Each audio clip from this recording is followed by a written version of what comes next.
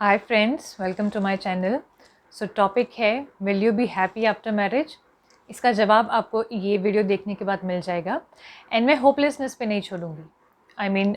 जो आज की डेट में आपके प्रॉस्पेक्ट्स हैं मैरिज में खुश रहने के या दुखी रहने के, आप उनको बदल सकते हो। ठीक है। सो लोगों को जनरली ये लगता है कि अगर हम खुश नहीं हैं तो हम शादी कर लेते हैं, उसके बाद हम खुश हो जाएंगे।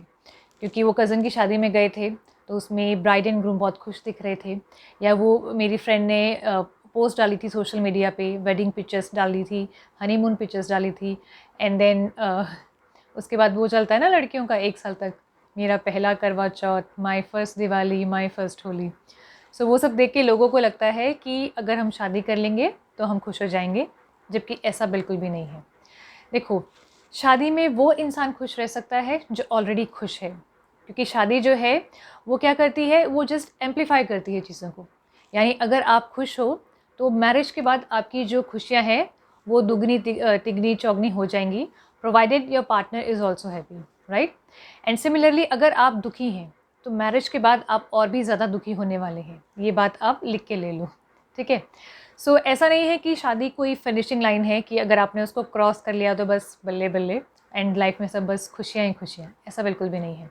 देखो, हम सब जानते हैं कि ज़्यादातर मैरिजेस जो हैं वो फेल्ड मैरिजेस हैं।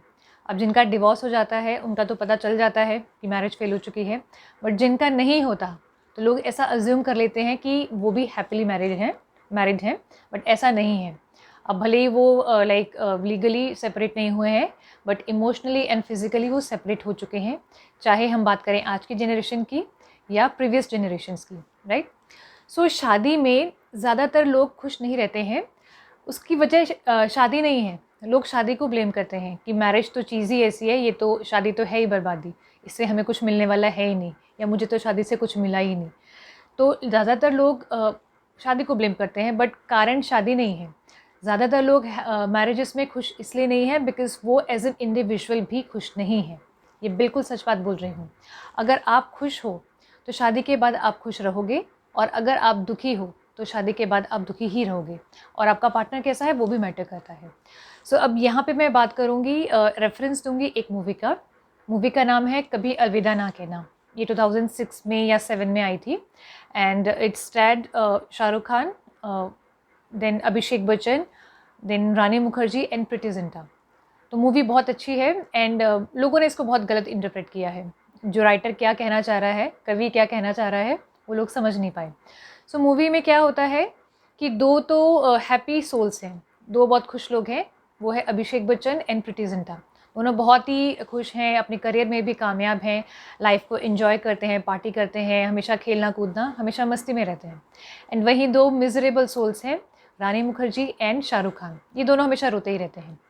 तो पेयरिंग इनकी ऐसी है कि जो अभिषेक बच्चन है एंड जो रानी मुखर्जी है वो एक मैरिड कपल है, एंड प्रीति जिंटा एंड शाहरुख खान भी एक मैरिड कपल है, और उनका एक बेटा भी है। ठीक है। सो अब इसमें होता क्या है, जो रानी मुखर्जी है वो हमेशा दुखी दुखी रहती है। मतलब वो अपने आप से खुश नहीं है, उसके अंदर गिल्ट बहुत है, सेल्फ पिटी बहुत है, because she is not able to conceive a baby. तो उसके अंदर इसकी वजह से बहुत ज़्यादा गिल्ट है कि मैं अपने हस्बैंड को खुश नहीं रख पा रही हूँ। एंड इस सेल्फ पिटी का कारण भी है उसकी इनसिक्योरिटी। एंड ये क्योंकि उसको लगता है कि मैं अगर अपने हस्बैंड को फादर नहीं बना पाऊँगी तो शायद मेरा हस्बैंड मुझे छोड़ देगा। एंड ये एकदम नेचुरल भी है। ज़्यादातर लेडीज़ को रियल में भी बहुत इनसिक्योरिटीज़ होती हैं if they are not good looking और if they are not able to conceive a baby, क्योंकि उनको लगता है कि शायद मेरा जो हस्बैंड है वो किसी बेटर लुकिंग लड़की के पीछे पड़ जाएगा एंड मुझे डिस्कार्ड कर देगा। तो यही इनसिक्योरिटीज़ ये इसमें रानी मुखर्जी में भी है। बहुत दुखी दुखी रहती है। एंड इसका हस्बैंड जो है उसको कोई प्रॉब्लम नहीं है, वो उसको कभी ऐसे टॉन्ट नहीं करता कि तुम माँ नहीं बन पा रही हो, बट यही अपने आप को बोलती है कि मैं तो बांझ हूँ। मतलब कोई भी अगर बात उसका हस्बैंड करता है तो वो किसी ना किसी से तरह से उस बात को रोने धोने पे ले आएगी कि हाँ मैं तो बांझ हूँ, तुम मुझे छोड़ दो, तुम दूसरी लड़की से शादी कर लो, मैं तो बेकार हूँ। तो ये अपने आप को वर्दी नहीं मानती है, ये अपने आप को इनकम्प्लीट मानते हैं क्योंकि ये मदर नहीं बन पा रही है। ठीक है। एंड वही दूसरा कपल है जो प्रीति जिंटा एंड शाहरुख खान का है। शाहरुख खान इसमें क्या होता है, वो एक सॉकर प्लेयर होते हैं, एंड एक कार एक्सीडेंट में उनकी जो टांग है वो मतलब इंजर हो जाती है, अब वो खेल नहीं पाते, तो अब वो कोचिंग का काम करते हैं। तो वो बहुत ज़्यादा गिल्ट से भरा हुआ है, बहुत फ्रस्ट्रेटेड सोल है कि अब वो खेल नहीं पाता है, अब वो पैसे भी इतने नहीं कमाता है, एंड वो सारा फ्रस्ट्रेशन जो है अपनी वाइफ पे निकालता है।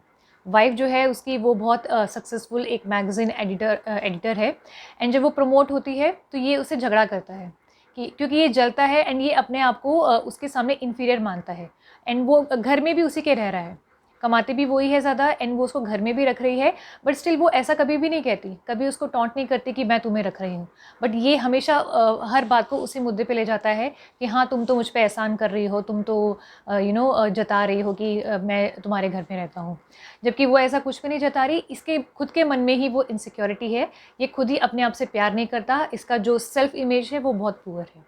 तो अब होता क्या है, राइटर ये बताना चाह रहा है, देखो लोगों ने इसको सिर्फ एक्स्ट्रा मैरिटल अफेयर के एंगल से देखा, कुछ लोगों ने ऐसे क्रिटिसाइज़ किया कि एक्स्ट्रा मैरिटल अफेयर दिखाया गया है, काइंड ऑफ उसको जस्टिफाई किया गया है, एंड बाकी लोगों ने सोचा कि जो लीड कपल हैं, जो मेन पेयर है इसमें, वो है रानी मुखर्जी एंड जो शाहरुख खान है, बिकॉज उनकी लव स्टोरी को ही ज़्यादा हाईलाइट किया गया है। तो ज़्यादातर लोगों को लगा होगा, बाकी लोगों को, कि जो लीड पेयर होता है वो तो कभी गलत नहीं होता, जो हीरो है हीरोइन है वो तो कभी गलत नहीं होते, तो अगर ये एक्स्ट्रा मैरिटल अफेयर कर रहे हैं तो शायद वो जायज़ है, क्योंकि ये दोनों खुश नहीं हैं और गलती शायद इनके पार्टनर की होगी, जबकि ऐसा बिल्कुल भी नहीं है। पार्टनर दोनों खुश हैं, दोनों इनको अपने अपने पार्टनर को खुश भी रखते हैं, पर ये खुश रह ही नहीं सकते, ये रहना ही नहीं चाहते। तो राइटर बिल्कुल सही बात कह रहा है कि जो इंसान हैप्पी है वो हमेशा हैप्पी इंसान को ही अट्रैक्ट करेगा। जो इंसान खुश है ना, वो दुखी इंसान के साथ रह ही नहीं पाएगा, क्योंकि उसकी जो नेगेटिव एनर्जी है वो उस तक पहुंचेगी एंड उसको भी दुखी करेगी ही। एंड सिमिलरली जो इंसान दुखी है वो हमेशा दुखी के साथ ही बॉन्ड करेगा। इस मूवी में भी ऐसा ही है, जो प्रीति जिंटा है एंड अभिषेक बच्चन है वो बहुत अच्छे से बॉन्ड करते हैं, क्योंकि दोनों लाइक माइंडेड हैं, खुश रहते हैं, एंड बहुत अच्छी फ्रेंडशिप है, पार्टी करते हैं, डांस करते हैं, बट अफेयर जैसा इनके बीच में कुछ नहीं है। वहीं ये शाहरुख और काजोल है, काजोल कह रही हूँ, रानी मुखर्जी है, ये भी बहुत एक दूसरे से अच्छे से बॉन्ड करते हैं, क्योंकि दोनों दुखी हैं।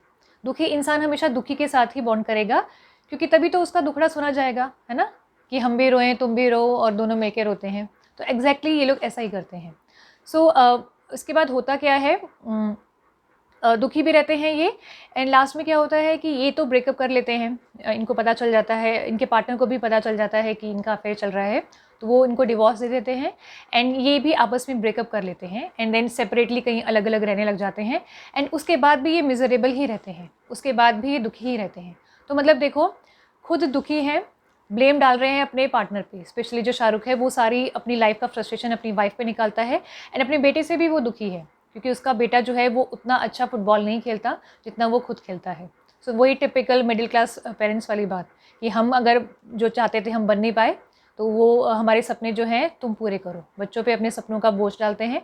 अब बच्चे वो पूरे नहीं कर पाए तो खुद भी दुखी रहेंगे और अपने बच्चों को भी दुखी रहेंगे, उनको भी गिल्ट में डाल के रखेंगे। तो ऐसे ही शाहरुख खान इसमें करता है, तो खुद खुश नहीं है, उसका ब्लेम पार्टनर पे डाल रहे हैं, चीट भी यही कर रहे हैं, और चीटिंग के बाद जो अभिषेक बच्चन है वो अपनी एक्स वाइफ को माफ़ भी कर देता है, पर ये फिर भी गिल्ट में जी रही है। मतलब चीटिंग खुद कर रही है और उसके बाद गिल्ट में रह के ऐसे दिखा रही है कि जैसे गलत तो इसके साथ हुआ है, जबकि गलत इसने किया है, और बट ये ऐसे रो रही है और ऐसे मतलब ये बिहेव कर रहे हैं ये दोनों जैसे इनके पार्टनर ने इनको चीट किया है। तो रियल लाइफ में भी एग्जैक्टली ऐसा ही होता है। तो जो लोग इससे एक और बात पता चलती है कि चीटिंग भी, अब हमेशा देखना, चीटिंग भी हमेशा वही इंसान करेगा जो खुश नहीं है। और ऐसा नहीं है कि उसका पार्टनर बुरा है या पार्टनर उसको खुश नहीं रखता, वो इंसान खुद ही खुश नहीं है, बट वो ब्लेम डालता है अपने पार्टनर पे। आप ये ऑब्जर्व करना, आपके आसपास अगर किसी का एक्स्ट्रा मैरिटल अफेयर चल रहा है, वो इंसान कभी खुश नहीं मिलेगा। शायद हंसते हो, बट हंसने का मतलब ये नहीं है कि वो खुश है। हंसी अलग चीज़ है और अंदर से खुश होना एक अलग चीज़ है। सो जो इस तरह के लोग होते हैं जो खुद खुश नहीं है, वो चीट करते हैं एंड उनको लगता है कि कमी मेरे पार्टनर में है, तो फिर वो सोचते हैं कि शायद मैं एक्स्ट्रा मैरिटल अफेयर कर लूँगा तो मैं खुश हो जाऊँगा, या मैं दूसरी शादी कर लूँगी तो मैं खुश हो जाऊँगी, बट ये तब भी दुखी ही रहते हैं, क्योंकि कारण इनके दुख का ये खुद है, बट ये दूसरों में, मतलब कारण ये दूसरों में ढूंढ रहे हैं, जबकि कारण दुख का भी हमारे अंदर ही होता है और खुशी का कारण भी हमारे अंदर ही होता है। तो ये मूवी का मैसेज बहुत अच्छा है, लोगों ने इसको बहुत गलत इंटरप्रेट किया है। अदरवाइज़ देखा जाए तो मूवी बहुत हटके भी है, बहुत यूज़फुल भी है एंड थोड़ी सरप्राइजिंग भी है, बिकॉज़ यश राज बैनर में जो मूवीज़ बनती हैं एंड ये जो करण जौहर के बैनर्स में जो मूवीज़ बनती हैं बिल्कुल भी रियलिस्टिक नहीं होती, बट ये मूवी एकदम रियलिस्टिक है। सो रियल में भी कारण यही है कि अगर आप अनहैप्पी हो तो मैरिज में आप अनहैप्पी ही रहोगे। तो अगर आप खुश रहना चाहते हो तो आपको अपनी अनहैप्पीनेस का कारण आइडेंटिफाई करना होगा एंड उसको एलिमिनेट करना होगा, राइट। क्योंकि देखो एज को किसी इस चक्कर में मत पड़ो कि एज हो गई है या बाकी लोगों ने शादी कर ली है तो मैं भी कर लेता हूँ, या मैं अभी खुश नहीं हूँ तो शादी के बाद मैं शायद खुश हो जाऊँगा, मेरे हालात बदल जाएंगे। ऐसा नहीं है, हालात और ज़्यादा ख़राब ही होंगे। क्योंकि देखो जो इंसान खुश है, जो कपल खुश है, दोनों ही खुश है, तो उनकी लाइफ में आगे जाके कुछ भी चैलेंजेस आएँ, बिकॉज़ आते ही हैं। मैरिड लाइफ में देखो आप दोनों ऑपोजिट जेंडर हो एंड हो सकता है आप ऑपोजिट पर्सनालिटीज़ भी हो, तो एडजस्टमेंट्स के इश्यूज़ भी होते हैं। देन फैमिली आप स्टार्ट करते हो, बच्चे हैं, सिचुएशंस बदलती रहती हैं। तो जो हैप्पी है ना वो नेविगेट कर लेगा प्रॉब्लम से, बट जो दुखी है वो और ज़्यादा शैटर हो जाएगा, वो और ज़्यादा मिजरेबल हो जाएगा। तो ये एकदम नेचुरल सी बात है, नेचुरल सा प्रिंसिपल है कि जो लाइक माइंडेड हैं वो लाइक माइंडेड को ही अट्रैक्ट करते हैं और दुखी हमेशा दुखी को ही अट्रैक्ट करता है। तो इसलिए अगर आप खुश हो तो आपको हमेशा ऐसा पार्टनर ढूंढना है जो खुश है, और अगर आप दुखी हो तो अभी आपको पार्टनर ढूंढना ही नहीं है। पहले आप अपनी अनहैप्पीनेस को एड्रेस करो। एंड आजकल जैसे यूथ बहुत भाग रहा है मैरिजेस से कि शादी तो बर्बादी है, इससे तो दुखी मिलता है। कारण उसका पता है क्या है, मेन कारण क्या है, वो खुद ही हैप्पी सोल्स नहीं है, बहुत ही नेगेटिव सोचते हैं, बहुत ही फ्रस्ट्रेटेड घूमते हैं, हमेशा कमियां देखते हैं दूसरों में, कमी उनके अंदर खुद है, बट वो मैरिज से भाग रहे हैं। जबकि मैरिज देखा जाए तो मैरिज बुरी नहीं है, क्योंकि आप देखो वही शादी किसी के लिए तो अच्छी साबित हो रही है, किसी के लिए बुरी साबित हो रही है। तो मैरिज में प्रॉब्लम नहीं है, उस शादी के बंधन में जो दो व्यक्ति बंधे हुए हैं, प्रॉब्लम उन दोनों में है या दोनों में से किसी एक में है, राइट। तो ये बात आपको समझनी होगी। सो अगर शादी आपको करनी है तो पहले आपको खुश रहना बहुत ज़रूरी है, ठीक है। सो आई होप मेरा मैसेज क्लियर है। चैनल अगर आपने अभी तक सब्सक्राइब नहीं किया है तो प्लीज़ सब्सक्राइब कर दो। ऑलमोस्ट 50% व्यूअर्स ऐसे हैं जो बस देख रहे हैं बट सब्सक्राइब नहीं कर रहे, कर दो, क्योंकि देखो कंटेंट बहुत अच्छा है, आप सपोर्ट करोगे तो ही आगे जाएगा। एंड मेरा भी मोरल बूस्ट होता है जब आप सब्सक्राइब करते हो, जब आप लाइक करते हो, शेयर करते हो, कमेंट करते हो, तो प्लीज़ ये करना। And thanks for watching.